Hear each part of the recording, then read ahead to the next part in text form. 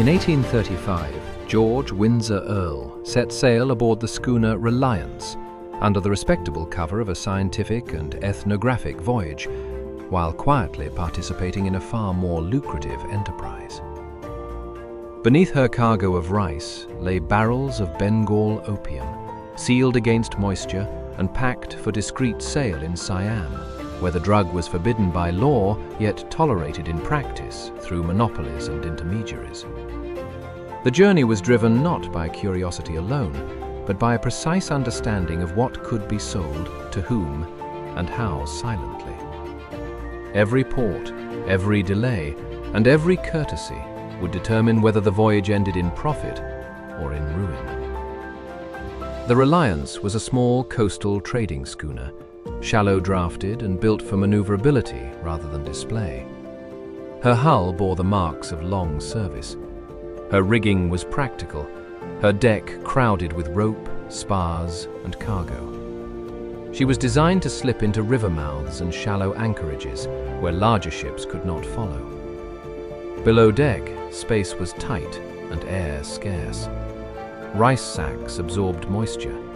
Barrels of opium were positioned carefully, protected from heat and seawater alike. The crew reflected the hybrid reality of Asian maritime trade. European officers held command, but Malay sailors, Chinese deckhands, and mixed heritage interpreters made the ship function. Orders passed between languages. Experience mattered more than rank. A single misjudgment could lead to quarantine, confiscation, or violence, long before any appeal to authority was possible. George Windsor Earl was neither officer nor sailor. He moved between roles, observing quietly, recording coastlines, currents, weather, and human behavior with equal attention. He had already spent years traveling through Southeast Asia, documenting languages and societies beyond the margins of formal empire. He understood that survival depended as much on restraint as on knowledge. With him sailed Robert Hunter, a Scottish merchant whose position in the region was highly unusual. Hunter spoke Thai fluently, understood Malay, and had lived in Siam for many years. He was not simply a trader, but an intermediary, skilled in knowing when to speak, when to wait, and when silence itself was the safest course.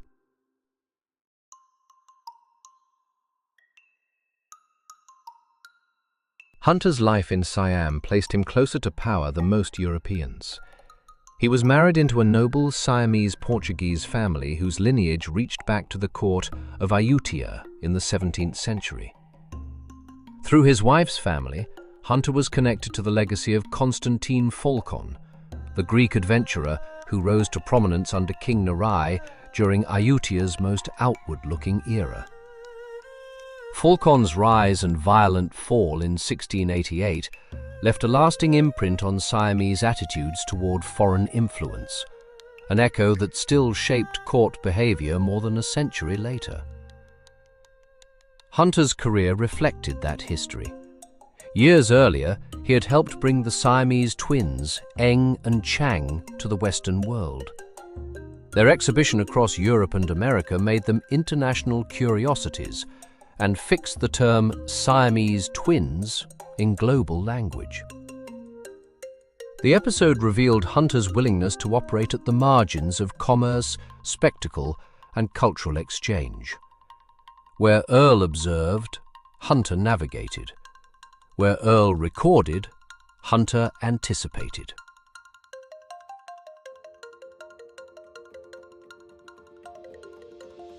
The voyage began in Singapore, a settlement barely 20 years old, yet already indispensable. Singapore was not governed like older colonies. It was engineered as a commercial hinge, designed to move goods rapidly rather than to absorb populations. British authority was light, deliberate, and transactional. The port was open to all flags and all merchants willing to operate quickly and quietly. Chinese traders dominated daily commerce. Indian financiers extended credit. Arab merchants carried goods inland. Europeans oversaw contracts, arbitration, and logistics. Warehouses filled and emptied without pause. cargoes rarely stayed long enough to acquire identity.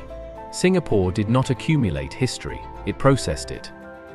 Geopolitically, the settlement sat at the center of a tightening web. Britain ruled India outright through the East India Company. Opium grown in Bengal flowed eastward in vast quantities, underwriting imperial finance. China resisted, but pressure over silver, tea, and narcotics was escalating toward war. The Dutch clung to Java and the archipelago. France and Denmark tested footholds where they could.